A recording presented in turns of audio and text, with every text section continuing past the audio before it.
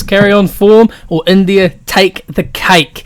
I see some good batting performances from Rohit Sharma, some good bowling performances from their new Indian bowler that's come in, as well as Ross and Chase picking up some good fine wickets and bowling well. Pooran again with a fantastic innings. We welcome back to the Sunday cricketer today. We are looking at Game 1 of India versus West Indies in the T20 series. I think it's a 3-game series they're playing. India will be looking to pick up this series and win it easily. Now let's dive into Game 1. You would think India are favourites to win this game by no pressure whatsoever, but remember West Indies have just reformed a 3-2 win against an England side that won the T20 World Cup, so anything's up to go. However, they're up against a stronger India side who are putting their pressure on in India, which means that the faith is with India to win these games because they're at home. They're playing Kolkata, where all three T20s will be played for convenience, I'm pretty sure. So let's look at the first game. The first game come down again.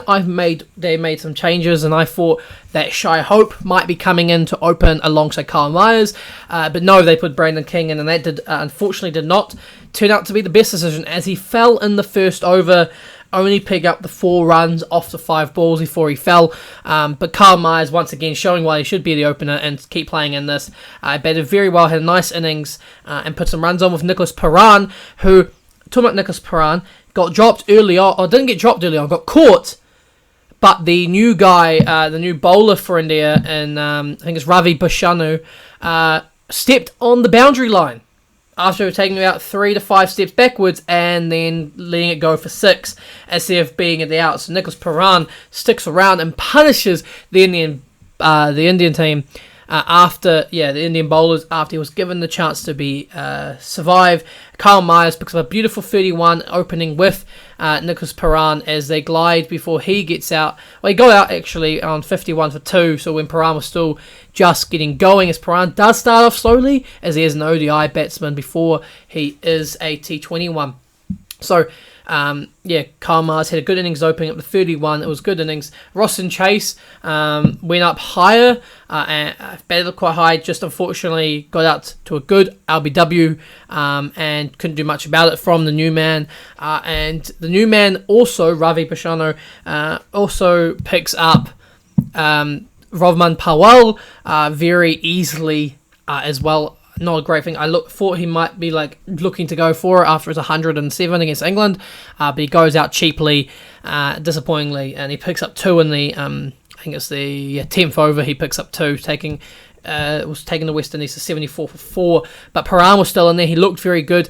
They were like, okay, we're going to give a chance. They put Hassan up early, which was surprising when I saw, and they chucked him in at it, I think it was 5, and I was like, okay, interesting choice. Maybe try and do a Jason Holder kind of thing, chuck him up earlier than what he would be. Maybe do a thing what they did with Shepherd, see if it worked for them, but it didn't.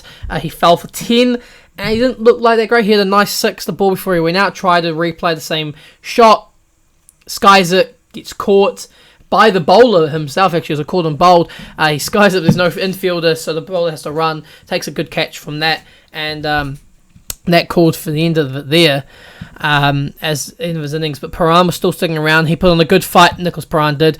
They were 110 off the 16 overs, and he took them to 155 before he fell. And then Kiran Pallad stepped up as captain, decided to have a bit of a captain's knock, and he batted very nicely, played some very nice late shots, or actually was seeing them fucking deep into the stands, as he picked up a 24, but he was outclassing the Indian bowlers.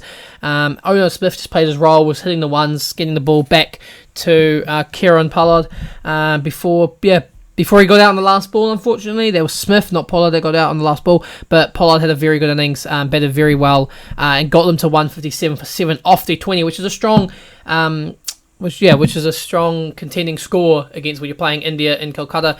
The standout bowler, the rest of them were quite expensive, but the really standout bowler was Ravi Bishnoi, who the new guy. He picked up 2 beautiful wickets, with Harinashal Patel also picking up 2 wickets.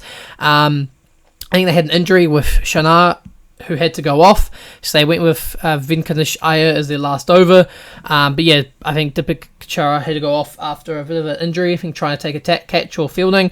I'm not sure exactly what he did, but he went off for injury. So hopefully he comes back for the next game. But yeah, and then West Indies bowling was what just let them down against the Indians. But before that, like Rohit Sharma just was Rohit Sharma. He went and absolutely was like, no, I'm not done. Absolutely fucking decided to smash the West Indian bowlers to fucking New Haven, all the way back home, back to Jamaica, back to all the West Indies. They decided to fucking send them all the way home, back to those areas. With a 40 off 19, absolutely was just smashing it before he sent one right down the throat of Odin Smith off Roston Chaser's bowling, who was the standout bowler for West Indies in everything I could see. Bowled nice line and length, bowled it tight. Ishan Kishan, I think, hasn't played many T20s. I have to have a look. I think he's quite new to the side, in all fairness, and looking at T20s. Yeah, he's only played 6, so he did all right, but he looked more like an ODI batsman than he did a T20 batsman, as he batted well, but it was slow, it was steady, it wasn't the fastest, didn't really pick up the pace. He played some nice shots until he just fucking tried to send one and got caught. But he was playing nice shots alongside Virat Kohli, who again is out of form massively, falling for fucking short 17, and his innings wasn't that great. He played some all right shots, was just ticking the runs over, but didn't look amazing, and got out fucking cheaply off Fabian Allen's bowling. Rashid Pant fell fucking early as well, off Cottrell's bowling, and Cottrell gave him the best send-off in the world. You know, his do bang boom. Sorry, I'll redo that again. He gave him his like general send off where he marches down and gives him the salute. Fucking just sent him off all the way. You could not do anything about that. If you're Rashid Pant, you got to live with it because you got out to Cottrell and he does it to everyone. But India was stagnating at 114 for 4 when Rashid Pant went out, so they were ahead of the run rate that was needed. But Shikhar Yadav and Venkatesh Iyer came out and absolutely just gave it all, and they just absolutely pounded the West Indian bowlers, unfortunately, and they cruised to the score with 7 balls left and 6 wickets in hand. India won. Yadav and Iyer just were sending the bowlers, hitting nice fours. Didn't hit many sixes in the game, but they were just playing it around. Yadav got 34 for 18, while Iyer got 24 for 13, and India just looked too good with the bat. West Indies, I think, maybe missing Holder in there, and maybe not giving the ball more to Fabian Allen, I think, maybe, but I don't think he bowled too well. They just looked too expensive, a couple of their bowlers. They just needed Holder, I think, in there after his performance in against England, he would have probably been really helpful. But yeah, India just batted very well, outdid themselves with the bat. Rohit Sharma was fucking smoking the West Indian bowlers. Cottrell bowled alright, got 435 for 1. But there was no one else that really stood out. Like Odin Smith and Fabian Allen were way too expensive. Both of them were like, Odin Smith was 2 overs for 31, and Fabian Allen was 1.5 overs, 23 for 1. Roston Chase though bowled fucking fantastically. It was 4 overs, 14 for 2. He was the pick of the bowlers. Took 2 wickets, bowled tight, bowled nice, got good line and length. But yeah, no, the West Indian bowlers were just way too expensive in every way of the word. And they looked like they could have had the game in the bag, could have like changed it up, made the game a little bit different, make the game more in their favour than anything else. Absolutely send it to the Indian batsmen, but they didn't. They choked it a bit, and the Indian batsmen just cruised. West Indies still looking very strong, probably to maybe take the series if they can, as they score some big runs at 200 or so, and their bowling just needs to improve, especially against the Indian side that has Rohit Sharma, who can smoke it, and it looks like a middle order that can do it as well. And that's what's going to come down to, is a series of who can score the most runs and who can take the most wickets and stint those runs. Unfortunately, West Indies just could not do it, as they fell to India in the first game, making 1-0 in the series to, of course, India, if you would all see. and that's a bit sad, but that's what it is. That's all it's going to do.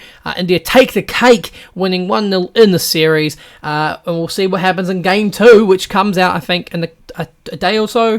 But yeah, it'll be interesting to see who wins that game. I'm hoping West Indies can bounce back. I'm really wanting West Indies to win it, but who the fuck knows? India are wanting to probably clean sweep this again, back-to-back 3-0 wins in the ODI and T20 series. They'll probably want to get this win, make it 2-0, wrap it up so it doesn't have to go to the final game to see who wins it, and they'll be looking to improve on and see how these bowlers go and stuff for the T20 World Cup that's coming up this year. It will be a real big decider for the West Indies as well, if they can stand up to the big boys, and if they can do it and try win another World Cup after losing last year's one, after winning the 2016 one.